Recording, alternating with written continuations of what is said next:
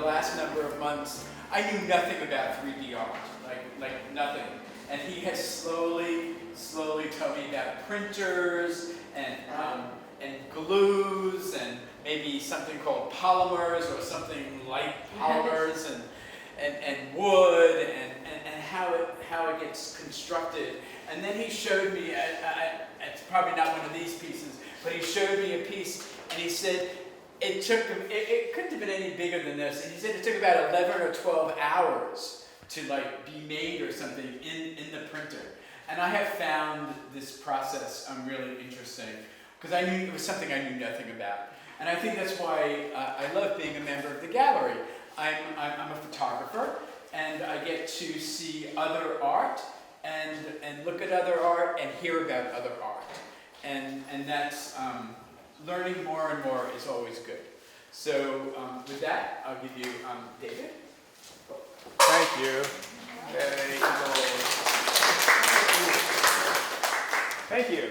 So I'm David. I'm relatively new here. I've been here maybe close to a year now. I'll give you a little info about myself. I work on the sort of, the STEAM initiative with education. So it's an interdisciplinary job where people from different fields are coming in and using technology to enhance their own field. So I work a lot with 3D printing and laser cutting, CNCing, all those technical terms. While I talk about this work, I tend to actually kind of go down these rabbit holes of explaining the process because they're relatively complex. I'll try not to do that because it takes away from some of the content, so I'm sorry if I do.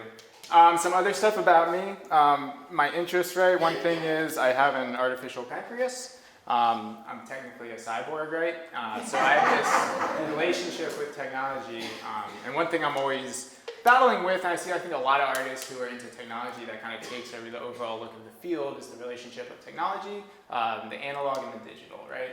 So you want to get that sort of fine line in between. I got an MFA many years ago where, I was doing gallery stuff all the time and I sort of dropped off the map doing that. And I was hanging out with different art collectives, comic book collectives, similar to Scott, right, with music, just these different art fields. And I realized I really began to miss it, partially because I'd been making tons and tons of work. I wasn't really exhibiting it, and when I was submitting to like open calls where you'd have to mail your artwork out, other people would hang it. And this one time, I did that for about 2 years doing a bunch of shows that way, but then someone sent something back and it was totally smashed and destroyed. And I was like, I'm not going to do this anymore, so I came to this gallery, which is way better. I really like Dove just nailed it right on the head. Best thing to do is to interact with these other artists, working in different mediums and stuff. Like Jack basically taught me how to do all this and put it all up on the wall. So thank you to Jack. As far as artists I look at, I told you I hung out with a bunch of comic book artists, so I'm pretty, I know a lot of them really well. There's a few like Al Columbia, people like that who I really follow pretty intensely. But then I also follow people from the fine arts, right? Like Daumier has really amazing sculptures, not like this, but similar sort of characters that he's making. Oliphant, all these cartoonists who are doing sculptures. And we just talked about Tom Modernist is a huge one for me. Some people here know him. So that's the kind of stuff I'm looking at. I also really like random stuff. Like I love like nerds, nerds candies, like those characters, little things like that, or like Zoombinis if you ever played that game as a kid, or Smurfs or similar, stuff like that. These sort of community cartoon characters that are very simple. I'll start by talking about these definitions. This show really focuses on two sets of characters, right? We have the toes, or I call them the Twiggies. And then we have these plush toys, the doodlebugs, the sort of humanoid figures. I made these definitions partially because when I give talks and stuff about these toes, which I've been doing for a little while now, I tend to spend so much time talking about how I came up with the name and all this other stuff. And I thought just putting the definition straight up on the wall is a much more straightforward way for people to actually understand, especially when I'm not there and I'm not able to actually personally talk to you about them. Another thing, this directly goes into what I was talking about with the whole makerspace as a job profession. I made this by 3D printing my own little printing press. I probably could have block printed it like, you know, really, really easily, and it might have looked really refined and stuff. But I like the DIY process of actually building my own printing press and doing it by hand. It also makes all these really, really cool little, like this is a really good example where the black is just slightly faded and you got the crinkle there from where the paper went up. So these slightly, these really nice imperfections that give it, again, back to that analog quality, so it almost looks handmade.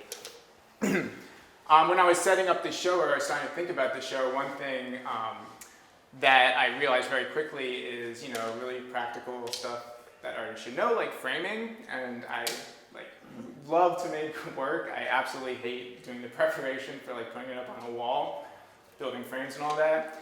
So I just made my own. So I laser cut my own frames. You can look around the on the wood here around the frame, and they're the 3D models that I used, sort of the orthographic view around the frame. And then I was able to do all the spelling. The term twum, twindex, twiddle, twink, and twinkie, right? That's what my family used to call my toes when I was a little child. And then when I was like 30, I realized that's not the technical term. Yeah, and almost everything in here is coming from like this fake Seussian sort of family mythology. I have no idea, like, I know I have a little German blood in me, but outside of that, I really don't know much about any of my extended family, like, at all. But I do have like tons and tons of these sort of personal narratives that even today we still sit down and tell each other stories and stuff. So that's what I'm really drawing on. Yeah, so I made up my own little definitions for each of them. I copied them straight out of like an actual dictionary to try to make it look as legitimate as possible. Moving on to some other flat works, right? During the pandemic is when I started all these very black and white ink drawings.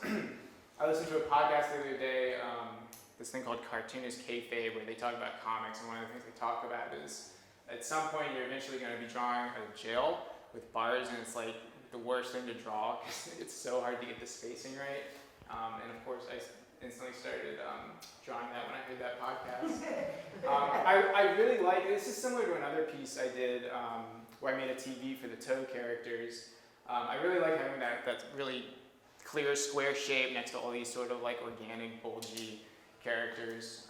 Another person I meant to call out is Vaughn Bode, I think is his name, comic book artist. He really, I think, sort of invented this style. He's well known throughout graffiti and comics and stuff like that, sort of these like really fluid, plushy sort of characters. You'll notice when you look, right, a bunch of doodle bugs all here. These are, I came up with these, they were sort of the underdrawing for my drawings I used to do back in, you know, when I was in undergrad. But I basically stripped away all the little details I used to have on them, and it just kept them as sort of these ghosts of those cartoons. And I realized pretty quickly that they were in fact plushies, right? Like humanoid plushies. Because I teach STEAM and 3D modeling and stuff to children so often, another thing that I very quickly realized, right, is I'm teaching them toy design. The first thing they're going to do is take a circle, use these analog sculpting programs that are digital but are recreating the analog feeling, like working in clay. And this is always going to be the look they give them, right? The first thing they're going to do is blow out the cheeks, give it a little chin, and bulge out the nose. So it's kind of referencing the same stuff I was making as a kid that I just never stopped making. A lot of times, this is the 3D model I made of that character, right? This is like directly related to that. All these things are basically more or less to scale. These are a little bit smaller, I guess, but when I'm drawing these, I usually think of them almost as being able to walk straight off the page and you'd be able to hold them in your hand as if they're the actual toys. With the reference, you can see whenever I'm bored at work, I just start printing this dude hair, or girl, it depends, right? So I'm just grabbing a bunch of different, yeah, and it totally changes like who they are. I mean, it's something so powerful. Right? It's something so powerful about hair, you know what I mean? That's right. Hair, yes. Yeah, like you don't need like clothing, it's all about the hair. So I was grabbing stuff from like every cartoon I watched as a child. And they're all interchangeable, right? Like you can throw on Bart's hair or whatever. Yeah, that's Yeah. So it's Goku hair? It is Goku. This dude's actually being picked up in like, Oh, yeah. because he's anime, so I thought he'd be the one that they're like, you know, he's different a little bit. Anyways, I'm going off on a tangent. These ones are similar. I'll talk about the comics though. I still draw comics all the time. One reason I draw them is because you can do it from anywhere, and that's super duper useful. About 4 years ago, I moved literally 6 times, like to different houses, while I was trying to get settled. And being able to just pick up a piece of paper and just, draw even like a little zine or something is just such a good way to continually be able to explore characters or develop their stories, or just, keep your drawing skills up to par. As well as like layout and design and stuff. There's so much work that goes into comics. I think like the comics actually kind of blow the amount of work from all this other stuff just completely out of the water. It's one of the most labor intensive things you can do. Maybe animation beats that, but outside of that, I can't think of any other way that I work that really is as like laborious as that is. The thing I hate about it though is like, this is the stuff I love, right? When I'm just sitting here drawing. But then if you're actually trying to like print it, there's tons of editing you have to do, and then you have to think about the actual printing, which is a whole other art form, and then like disseminating it out to the public. It's just a total nightmare. So people rarely see it, and that's one reason I put it up, because I realized I have like 50 pages of these comics that I just never ever show anyone. So I popped these up. They're some of my favorites. This is actually a 13-page story. Once I put this up, I realized I probably could have just made it 4, because you get the whole thing just from these 4 pages. But you'll notice little characteristics, like, so this is kind of how I figured out who the doodlebugs were. I was making this slightly before I made the larger ones in the 3D model. You'll see, right, they come in these different sizes. They're all toys. They can all be sewn. That's the plush thing. But you also see that they sort of mimic whatever's around them. Like, they don't really have any sort of identity, and they're just picking up these traits from either this character or the other doodlebugs. You also see certain characters. What made this really difficult is all these characters, if you actually look really closely, they're all getting beat up and torn apart by this guy. But when they get stitched back together, all the stitching really does follow. So the first character, this guy who gets, a piano dropped on his head, you'll see the same stitching when he gets fixed up here as this last page, which is really hard. I left all the pencils in because I actually really kind of enjoy that. My favorite thing is seeing these artists with their sort of unfiltered artwork, and you get more idea of how they made and the methods they used to do it. And I just go straight pencil and ink. This one too, this is a good example, right, of the digital thing. You can tell that I totally forgot the larger guys to put the stitching in, and I was like, whatever, I'll do it digitally. And it's like months and months and months later, and I still don't really want to do it. It's just so boring. It really is. It's so boring. So instead, I just drew a new comic, right? So the toes, I'll go back to these sculptures. I began these, in 2017. I 3D scanned my brother-in-law's toes. And when I pulled them up on the screen, I began turning them into characters. And I actually realized it's really interesting. If you look at I think it's interesting. If you look at your toes, if you really, really look at them and observe them, they really do have their own individual shapes. They do. Yeah, they have their own muscle structures. In their own, I've looked up skeletons and stuff. It's very specific to each toe. And I was like, man, that's really cool. So, I took these 3D scans, and then I began using those to kind of model them based on, I changed them a little bit. For instance, Twindex here, right, this guy, the one that kind of looks like a worm, I extended the butt a little bit to give it a little more worm quality. And things like Twom, I maybe made the fingerprint a little wider than it was, but overall they're almost exactly the same as when I scanned them. I added feet and stuff so they could grow. But I started with these smaller ones, right? So that's where these small ones come from. Those are actually to the scales of my brother-in-law's toes. It's just straight up, I just printed them out. Are they his nails too? No, I cheated. I had to cheat with the nails. Yeah, the nails, I got rid of the original nails, and I actually added my own. Part of that was because it gives them a lot more character to have these different types of nails. Yeah, and it reads better as a toe. But after I made those, I went to Korea for a while. So I was in Asia, and I really began digging into this thing called designer toys, right? If you go to any like restaurants or anything, or any business for the most part, it's almost like, you know, they'll have toys along the shelves. So a lot of times they'll have their own mascots and characters and stuff. So I became really obsessed with that, and I actually, when I returned, picked it back up and thought, okay, well, I'll make them to the scale of these designer toys and see what that's like. If you really want to see this guy over here, this guy's kind of hiding, right? This is really what, oh, he's glued down. That's really what started it, though. That's the Dunny toy, right? So the more I look at these things, there's tons of people. Basically, people take these blank toys, which you can imagine like a blank piece of paper in 3D, but then other artists are able to like customize these and resell them for a lot of money.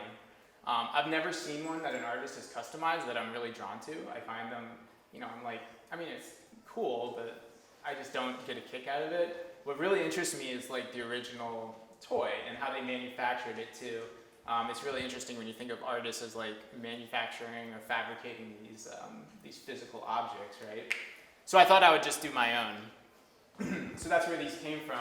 If you look at the scale of these, right, to the 3-inch guys, 3 to 5 inch, I'm basically, to make the scale, I would take like the original big toe, and I would use that to scale up, right? So then his feet become the big toe. And the same for these, right? So as I'm getting bigger, this became the foot, so it's the same cast as the other ones, and that's how they're scaled. All of the nails, another nice thing about the nails is I can pop them off, so they're modular, and you'll notice these tiny little changes throughout. Like this one, if you look right there, you can see that it's not separated. So I did the originals, right, as like just one solid, because this is one of the first ones I cast. It's almost all solid though. Versus these ones, you know, I could go in and I could pop the nails off, change them around, and all that jazz. To make these, after I 3D scanned his toes and I modeled the legs and the other feet and stuff, I then 3D print them in resin. These resin printers, kind of like my insulin pump, I mean, we're in like a totally crazy age. You print them out, but they don't look 3D printed, and they're also functional. You can use them for like, you know, you can use them for real, it's not like you're just printing junk all the time, which is how it used to be 10 years ago. You can actually use it for functional parts and stuff. So I printed it in resin, and then I cast it. I just cast it in resin, and that's how I get the physical ones. Down here, right, as I'm getting bigger, I realized, I mentioned that I don't like customizing them that much. I actually think I'm not very good at it if I'm going to tear my own work apart. I much prefer the general shape than I do actually customizing them. And it took me a long time to learn how to customize these. You know, I have a bunch of these that are sets finished of like Star Wars characters and Simpsons characters and stuff, because when I first started trying to make any of these, they look completely terrible. And I think my skill set is really in the design rather than the customization. But I do like these two. These two have been pretty successful, and it's nice. I'm gonna like retire them after this show.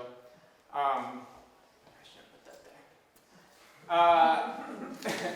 One thing I noticed, right, is these two guys. So as I was talking about, I don't really, you know, I got tired of customizing. It's so, again, very labor intensive because you have to cast things, you're gonna get it wrong and do it 2 or 3 times. Then you have to spend forever painting these tiny little details. That I thought like I should make them bigger, and I just covered them in whiteboard and blackboard paint, or yeah, whiteboard and blackboard paint. And it's such a better idea because I can just draw all over these things, snap a picture. It's really good for designing. You know, before I was using like the orthographic 2D images and I was drawing to reference what I was gonna make. But this way you can just go straight on it. I wish I hadn't figured that out like 2 years after I started, but it's okay. These other ones, right, like Scratch and all that, it was just me sitting there and very therapeutic, kind of making patterns and whatnot based on like the energy or how energetic the characters were or how I thought their personalities were. I'm running out of stuff to talk about, but I'll end with my large plush toys, right? So these are the most recent things I've made, sort of. I was working on all this stuff kind of interchangeably. But I realized, you know, once you get to this scale, that's a ton of material. They're very expensive to make. And when you mess up a pour with something that big, it's really painful. So I decided I wanted to work in leather. You know, I'm playing this role of like Geppetto in a way. And one thing that always bothers me is like, these are in resin. I wish they were like actual like flesh would be like the ideal. But the closest thing you get to flesh is leather. So I bought, it is flesh, technically. So I bought large amounts of leather, and I took the 3D models and I flattened them out, right? I put them in the laser cutter, cut out the pieces and sewed them back together. The doodlebug one, I mean, this is a crazy complex, like the shape of the hands and the feet especially, you can see they're pretty complex curves. So that was pretty labor intensive. But you'll notice that this one is perfectly symmetrical, right? So I did that on purpose. I basically loaded half a pattern in and then mirrored it to make sure that it was, like looked symmetrical. And it's also in this thing called the T-pose. That's what I consider sort of be the rest pose of like digital models. It's what people use to animate them. And so it has that feeling of being able to come to life for me when I see it. This guy, he also, there's skeletons inside. If I wanted to, I could pick him up and I could bend him and articulate him to be in any position. But I left him in the T-pose for that reason. Yeah, so when I take him home, I'll really play with it. But I can't do it at the gallery. These other ones are not symmetrical, and I did that on purpose, right? Because they're coming from my foot, and it doesn't make sense. I painted the nails again with white and blackboard paint, so that, as they're floating around my house, I can play with them. And I laser engraved certain details on them as well. So this guy, you can see he's got, right, the thumbprint. This one also has, these are my actual fingerprints that we put on them. But if you look really closely at this guy, there's all these little tiny engravings. They're kind of hard to see, but I made this comic a long time ago that I never ended up using. I was going to put it on glass. So it was like this weird religious comic, and I just kind of threw him onto this guy. So he's kind of looks like a tatted up toe, and with that, I think I'm done. Thanks. Thank you.